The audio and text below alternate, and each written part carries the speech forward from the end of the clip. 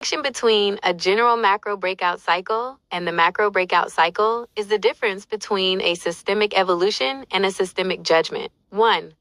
A macro breakout cycle, the evolution of technique. A macro breakout cycle is a structural leap in how the human superorganism processes energy or information. It is a change in the how of our existence. The financial breakout.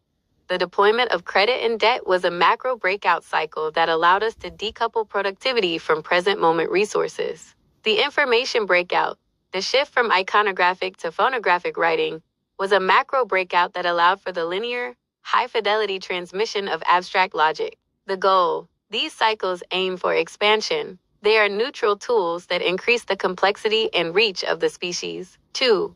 The macro breakout cycle, the existential cross-section. The macro breakout cycle is not just another leap.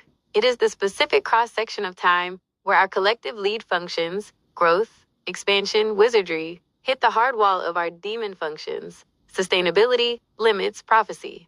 This is the moment where the superorganism either integrates its missing data or suffers a systemic psychotic break, defining making it versus not making it. To make it through the macro breakout cycle requires a fundamental shift in what the superorganism values.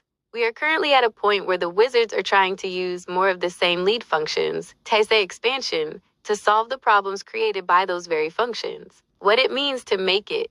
Integration of limits. We make it if we can transition from a metabolic system of endless growth to one of dynamic equilibrium. This means the wizards successfully deploy technology not to exploit more, but to facilitate the prophet's vision of living within planetary boundaries. Psychological maturity.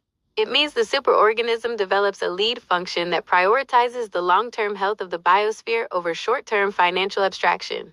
It is the successful integration of the demon, taking into account the great simplification without collapsing into chaos. What it means to not make it.